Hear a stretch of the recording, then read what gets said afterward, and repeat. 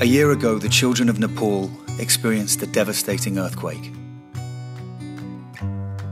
Yet out of the ruins and the rubble, the loss and the destruction, there was hope. Nepal's buildings may have been broken, but its spirit shines strong. Thanks to your support, Nepal is recovering.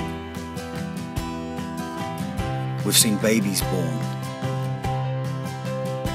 children going back to school, and families building back their lives.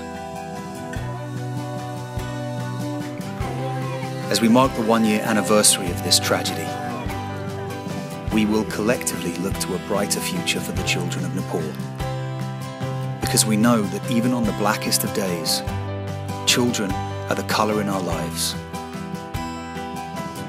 Because it is the children of Nepal, as well as your continued support, that inspire us to work even harder and better. Thank you. Thank you for supporting UNICEF in children.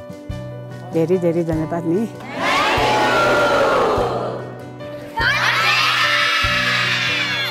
धन्यवाद.